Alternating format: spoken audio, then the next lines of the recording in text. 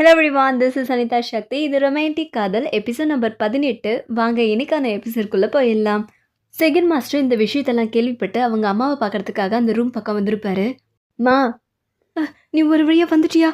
வா, உனக்காக தான் காத்துட்டு இருந்தேன். இது நடக்கிறதெல்லாம் உண்மையா? நீங்கள் தான் பிரதரோட அம்மாவை கொன்னீங்களா? அது எனக்கு வேறு வழி இல்லை.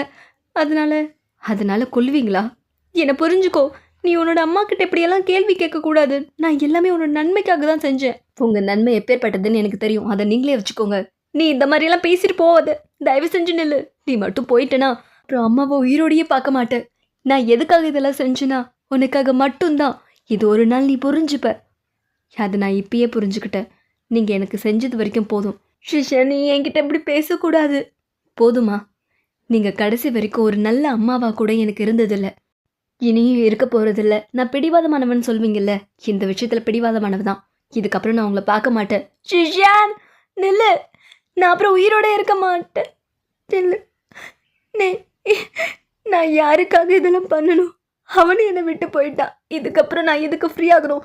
இதுக்கப்புறம் இது எதுக்கு எனக்கு அப்படின்னு சொல்லிட்டு அந்த கிரீடத்தை தூக்கி போட்டு உடைச்சிருவாங்க. அது சுக்குநூறாக போயிடும். நான் பெரிய தப்பு பண்ணிட்டேன். இந்த கோ ஃபேமிலியை நான் சூஸ் பண்ணியிருக்கவே கூடாது. ஷிஷான் ப்ளீஸ் வந்துரு. இந்த கிரீடம் உடைஞ்சது நம்ம ஹீரோக்கு தெரிஞ்சிடும். இது மட்டும் ராஜாக்கு தெரிஞ்சிச்சுன்னா நம்மளோட நிலைமை அப்படின்னு சொல்லி பேசிட்டு இருக்கும் போதே இந்த பயத்திலேயே நம்ம பாட்டி மயக்கம் போட்டு விழுந்துரும். பாட்டி எழுந்துருங்க. அவங்க அதிர்ச்சியால் தான் மயக்கமாயிட்டாங்க. இவங்க இந்த விஷயம் கேள்விப்பட்டதுனால பிளட் ப்ரெஷர் அதிகமாயிட்டு மயக்கம் போட்டிருக்காங்க. இனிமேல் அதிர்ச்சி தர எந்த விஷயத்தையும் அவங்க கிட்ட சொல்லாதீங்க. எதுனா என்னை கூப்பிடுங்கன்னு சொல்லிட்டு டாக்டர் அங்கேருந்து போயிடுவார். எல்லாம் போச்சு. பல மாசமாக உழைச்ச இந்த உழைப்பை ஒரே நொடியில் யாரோ வீணாக்கிட்டாங்க. இப்போ மட்டும் இந்த விஷயம் ராஜாக்கு தெரிஞ்சா இப்போ என்ன கேட்டு போச்சு? அவங்க பர்த்டேக்கு 7 days முன்னாடி நமக்கு தெரிஞ்சது. லக்கு தானே. கண்டிப்பாக உங்களால் முடியும். பாட்டியை நான் பார்த்துக்கிறேன், நீங்கள் போங்க அப்படின்னு சொல்லிட்டு ஹீரோயினி அவருக்கு ஆறுதல் சொல்லி நீங்கள் போய் அந்த ஒர்க்கை மறுபடியும் ஸ்டார்ட் பண்ணி ஃபாஸ்ட்டாக முடிங்கன்னு சொல்லி அனுப்பிச்சிருவாங்க. இவங்க ஒரு பக்கம் பாட்டியை கவனிக்க போயிடுவாங்க. போன நம்மளோட ஹீரோ இந்த உடஞ்சி போன கிரீடத்தை 7 நாளுக்குள்ளே சரி பண்ணணும். இதோட பீஸை உங்களுக்கு செப்பரேட் பண்ணி கொடுத்துருக்க, சீக்கிரம் ரெடி பண்ணுங்கன்னு சொன்ன உடனே அது எப்படி மாஸ்டர் முடியும்? அது பல மாதமாக செஞ்சது. 7 நாளுக்குள்ளே யாராலையும் செய்ய முடியாது. ஆமாம் மாஸ்டர், இது ரொம்ப கஷ்டம். நம்ம உழைப்பெல்லாம் போட்டு இப்போ வீணாயிருக்கு. 7 நாள்லாம் ரொம்ப கஷ்டம். நம்மளால் முடியாது எதுவும் இருக்கா? சரிங்க மாஸ்டர், எங்களால் முடிஞ்ச பெஸ்ட்டு நாங்கள் கொடுக்குறோம் அப்படின்னு சொல்லிட்டு ராவும் பங்களாக உழைக்கிறதுக்கு அந்த கூட்டம் உட்காந்துரும். நம்மளோட ஹீரோ எல்லாத்தையும் மறந்துருப்பார். இன்னொரு பக்கம் மாஸ்டர் இந்த வீட்டை விட்டே போயிடலாம் அப்படின்னு சொல்லிட்டு ட்ரெஸ் எடுத்து வைக்க பணியால் அந்த ஒவ்வொரு ட்ரெஸ்ஸையும் கீழே எடுத்து வச்சுட்ருப்பான். இப்போ உனக்கு என்ன தாண்டா பிரச்சனை? இந்தா இது மொத்த ட்ரெஸ்ஸையும் வாரிக்கோ, எடுத்துக்கோ. மாஸ்டர், உங்கள் அம்மா பண்ண தப்புக்கு நீங்கள் எதுக்கு இங்கேருந்து போகணும்? நான் என்ன பண்ணுவேன்? இந்த மாதிரி ஒரு விஷயம் உனக்கு நடந்திருந்து உன்னோட அம்மா இந்த மாதிரி தப்பு பண்ணியிருந்தா நீ என்ன பண்ணியிருப்ப? ஆனால் இதுக்கும் உங்களுக்கும் சம்மந்தம் இல்லை. அது உங்கள் அம்மா பண்ண தப்பு. அதுக்கு நீங்கள் ஏன் தண்டனை ஏற்றுக்கிறீங்க? யாராக இருந்தாலும் தண்டனை ஏற்றுக்கணும். ஓசிலெலாம் இங்கே இருக்க முடியாது. கவலைப்படாத, உனக்குன்னு ஒரு மாஸ்டர் வருவார். மாஸ்டர், டெய்லியுமே இது எக்ஸியாக போன செகண்ட் மாஸ்டர் பார்க்கறதுக்காக அவரோட வீட்டு முன்னாடி கடையாக கடந்துட்டுருக்கா. இந்த பக்கம் செகண்ட் மாஸ்டர் கரெக்டாக அந்த டைமுக்கு வந்து ட்ரெஸ் எல்லாம் கொடு, நீ உள்ளே போனா இதுக்கப்புறம் பார்த்துக்கிறேன் அப்படின்னு சொல்லிட்டு கிளம்பிடுவார். ஹை, இவன் இன்னைக்கு வெளில வந்துட்டான். நீங்கள் என்ன பண்ணிகிட்ருக்க? இல்லை, சும்மா தான் வந்தேன். நீ எங்கேயோ போகிற மாதிரி இருக்குது. நான் வேணா கம்பெனிக்கு வரவா? என்கிட்ட நிறைய டைம் இருக்குது. நான் எங்கே போகிறதுனே எனக்கு தெரியல. இதில் ஒன்று நான் கூட்டிகிட்டு போய் என்ன பண்ணுறது? போ. நீ ஏதோ வருத்தத்தில் இருக்கிற மாதிரி தெரியுது. எதுவும் பேசாமல் உன்னோட இடத்துக்கு நீ போ. நான் உங்களை ஃபோர்ஸ் பண்ண மாட்டேன். என்கிட்ட தாராளமாக உங்கள் கஷ்டம் என்னன்னு சொல்லலாம் அப்படின்னு சொல்லி அந்த பொண்ணு கேட்டுட்ருப்பா. இவகிட்ட பேசிகிட்டு இருந்தா டைம் தான் வேஸ்ட் ஆகும்னு சொல்லிட்டு அவர் கண்டுக்காமல் போவார். யோ நில்லையா, நானும் வரேன். ரொம்ப அர்ஜென்ட்டு, இதை போய் அப்பா கிட்ட கொடுத்துட சொல்லு சீக்கிரம். ஆனால் லேடி, அந்த கிரீடம் தூளானதுக்கு அவங்க ப்ராப்பர்ட்டிஸ் நிறையா வச்சுருக்காங்க. அது விற்று கொடுக்க போகிறாங்க. உங்களுக்கு என்ன பிரச்சனை? நீங்கள் இழப்பீடு தரணுமா என்ன? நான் அவரை விரும்பிட்டேன். இந்த சொத்தை விற்று கொடுக்குற அளவுக்கு எங்கிட்ட அந்த அளவுக்கு பணம் இல்லை. எனக்கு உதவி செய், சீக்கிரம் போ அப்படின்னு சொல்லிட்டு பணிப்பெண்ணை அமுச்சு விடுவாங்க. ஏன்னா ஹீரோட விஷயம் ராஜாக்கு தெரிஞ்சால் இழப்பீடு பெரிய லெவலில் கேட்பாருன்றது எண்ணம். ஏன் ஜெயிலில் கூட போடலாம், ஏன் கொன்று கூட போடலாம். இந்த பக்கம் உழைச்சி எல்லாம் டயர்டாக இருப்பாங்க. நீங்கள் கொஞ்சம் போய் ரெஸ்ட் எடுத்துகிட்டு வாங்கன்னு எல்லாரையும் அனுப்பிச்சிட்டு ஹீரோ தலைவையில் உட்காந்துருப்பாரு. ஒரு பக்கம் செகண்ட் மாஸ்டர் ஹோட்டலுக்கு வந்திருப்பாரு. உட்காருங்க. இந்தாம்மா வாசல் யார்? ரீசெண்ட் டைமில் உங்கள் தொல்லைலாம் தாங்க முடியல. தயவு செஞ்சு போ, எல்லாரும் சாப்பிட்டுட்டு இருக்காங்க, போன்னு சொல்கிறல்ல. சரி சரி உள்ளவா அப்படின்னு சொல்லிட்டு செகண்ட் மாஸ்டர் கூப்பிடுவார். இதோ வந்துட்டேன். ஓ, நீ இவர் கூட வந்த பொண்ணா? இந்த பொண்ணுக்கும் சேர்த்து ஒரு பவுல் நூடுல்ஸ் எடுத்துகிட்டு வாங்க. சரிங்க. ரொம்ப நன்றி. ஓசியில் வாங்கி தரதா நினைக்க வேண்டாம். கண்டிப்பாக காசு வந்தோடனே திரும்ப கொடுத்துருவேன். பவுல் நூடுல்ஸ் வரும், சாப்பிட்டுட்டு நீ இருக்கிற இடத்துக்கு போ. எனக்கு எங்கே போகிறதுன்னு தெரியல. ப்ளீஸ் என்ன டிஸ்டர்ப் பண்ணாத. நான் உனக்கு சொல்றது புரியுதுல்ல? இப்படி பொண்ணுங்க அன்டைம்ல சுத்தக்கூடாது. அது சேஃப் கிடையாது. உங்களோட நூடுல்ஸ் வந்துருச்சு. இங்க வைங்க. ரொம்ப நன்றி அண்ணா. 10 நாள் பஞ்சத்துல அடிபட்ட மாரி நூடுல்ஸ பார்த்தோனே விளாசிட்டுருப்பா. இத பார்த்த உடனே நம்மளோட செகண்ட் மாஸ்டருக்கு ஒரு விஷயம் தான் ஞாபகம் வரும். நம்மளோட ஹீரோயினி இதே மாரி ஒரு தீனி பண்டாரம் தான். அவங்க சாப்பிட்டுட்டு இருக்கிறத நெனச்சு அவரு லைட்டா புன்னகை அதாவது சிரிப்பாரு. "இப்ப எதுக்கு சிரிக்கிறீங்க?" "ஒண்ணும் இல்ல. உனக்கு ரொம்ப பசின்னு நெனைக்கிறேன். இந்த பவுலையும் நீயே சேர்த்து சாப்பிடு. என்னோட ஃப்ரெண்ட் எனக்கு ஞாபகம் வந்துட்டா." "ஓ! அப்படியா? சரி தெரிஞ்சுக்கலான்னு கேட்குறேன். இன்னைக்கு என்னாச்சு? எதுக்கு உங்க முகம் வாடி போயிருக்கு?" "அது உனக்கு சொன்னா புரியாது. நான் ரீசெண்டா மேன்ஷன்ல என்ன நடந்துச்சுன்னு கேள்விப்பட்டேன். உங்க அம்மா தான் பழைய லேடி கொன்னுட்டாங்கன்னு சொன்னாங்க. ஸோ அவங்களுக்காக நீங்க வீட்ட விட்டு வந்துட்டீங்களா? அப்போ உங்க பிரதருக்கு நீங்க துரோகம் பண்ற மாதிரி இல்லையா? அவர பாதியிலேயே விட்டுட்டு வந்துட்டீங்க. உங்க மேல அவர் எவ்ளோ லவ் வச்சிருந்திருப்பாரு. அவர இப்படி தனியா விட்டுட்டு வரலாமா நீங்க? உங்க அம்மா பண்ண தப்புக்கு நீங்க என்ன பண்ணுவீங்க? ஒரு பக்கம் நம்மளோட ஹீரோ டயர்டா இருப்பாரு. அப்ப நம்ம ஹீரோயினி தலைய புடிச்சு விடுவாங்க. நீயா? நீ என்ன இங்க? ரொம்ப டயர்டா இருப்பீங்க. அதனால சூப் கொண்டு வந்தேன். நல்ல நேரத்துல தான் கொண்டு வந்திருக்க.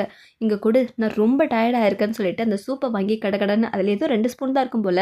குடிச்சிட்டு வேலைய பார்க்க போவாரு. "நான் ஏதாவது உங்களுக்கு ஹெல்ப் பண்ணட்டுமா?" அப்படின்னு சொல்லி ஹீரோயினி கேட்பாங்க. "உனக்கு இத பத்தியெல்லாம் என்ன தெரியும்? முடிஞ்ச அளவுக்கு செய்றேன். எனக்கு சொல்லிக் குடுங்கன்னு" சொல்லிட்டு நம்ம ஹீரோயினி பக்கத்துல உட்காருவாங்க. "சரி, இந்த குட்டி குட்டி மணிய இங்க ஆர்டரா பிளேஸ் பண்ணு" அப்படின்னு சொல்லி குடுப்பாரு. சரி நான் அதே மாரி செய்றேன்னு சொல்லிட்டு ஹீரோயினி ஒர்க்க ஸ்டார்ட் பண்ணுவாங்க. கொஞ்ச நேரத்துல நம்ம ஹீரோக்கு நமக்கு இவ எவ்ளோ சப்போர்ட்டிவா இருக்கான்னு சொல்லி பார்த்துட்டு இருப்பாரு. அப்ப அவங்க ஹட்ச்சுன்னு தும்புவாங்க. ஐயோ! அவளுக்கு கோல்டு புடிச்சிருமேன்னு சொல்லிட்டு ஒரு பெட்ஷீட் எடுத்து அதாவது அவரோட கோட்ட எடுத்து போத்த, "இல்ல, இல்ல பரவால்ல. எனக்கு ஒண்ணும் கோல்டெல்லாம் இல்ல. சரி வேலைய நாளைக்கு பார்த்துக்கலாம். வா போலாம்." "எனக்கு தூக்கம் வரல." "எனக்கு வருது." "ஓ! அப்படியா? சரி வாங்க போலாம்." அப்படின்னு சொல்லிட்டு ஹீரோயினும், ஹீரோவும் அங்கருந்து கிளம்பிடுவாங்க. ஒரு பக்கம் புண்பட்ட மனத ட்ரிங்க் குடிச்சிட்டு தன்னோட கதைகள செகண்ட் மாஸ்டர் சொல்லிட்டுருப்பாரு. "என் பிரதர் என்னமோ என்ன லவ் பண்றாரு தான். ஆனா அவர் கூட இருக்க என் மனசாட்சி ஒத்துக்கல." "ஆனா அப்படி சொல்லாதீங்க.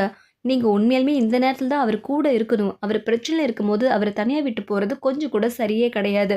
சந்தோஷத்த ஷேர் பண்ணிக்கிறோமோ இல்லையோ, துக்கத்த கண்டிப்பா ஷேர் பண்ணிக்கணும். அவரு உங்கள பிரதரா தானே நெனச்சாரு. பட் நான் அவனுக்கு என்ன பண்ண முடியும்னு நெனைக்கிறேன்? முடிஞ்ச அளவுக்கு ஏதோ ஒண்ணு பண்ணுங்க. கூட சப்போர்ட்டிவா நில்லுங்க. அப்புறம் உங்க இஷ்டம். ஏய் ஒரு நிமிஷம். என்ன? இவர் ரூம் புக் பண்ணியிருக்கார்ல, அது பக்கத்துல எனக்கும் ஒரு ரூம் புக் பண்ணு. காசு இவர்கிட்ட வாங்கிக்கோ. அப்புறம் நான் கொஞ்சம் லேட் ஆயிடுச்சு. வீட்டுக்கு போ முடியாது. ஸோ நான் மேல போய் தூங்குறேன். நீ பின்னாடியே வா. ஏய்!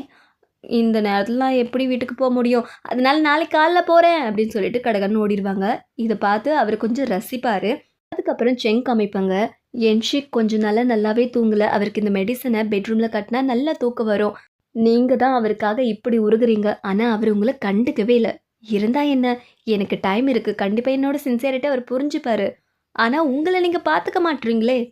அவரு ஹேப்பியா இருந்தா நான் ஹேப்பியா இருப்பேன். நான் ஹேப்பியா இருந்தா நீ ஹேப்பியா இருப்பல்ல. நான் இத போய் குடுத்துட்டு வந்துர்றேன். சரி நீ என் கூட வர வேண்டாம்?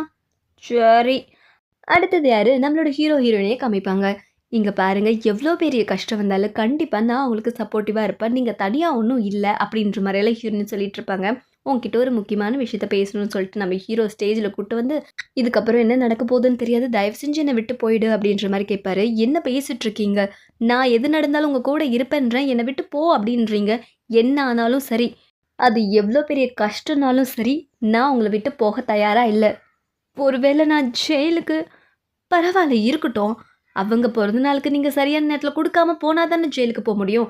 ஒருவேள போயிட்டேன்னா 10 வருஷம். ஆஹா! அதுவரைக்கும் நான் வெளியில பூ வித்து சம்பாதிச்சுட்ருப்பேன்.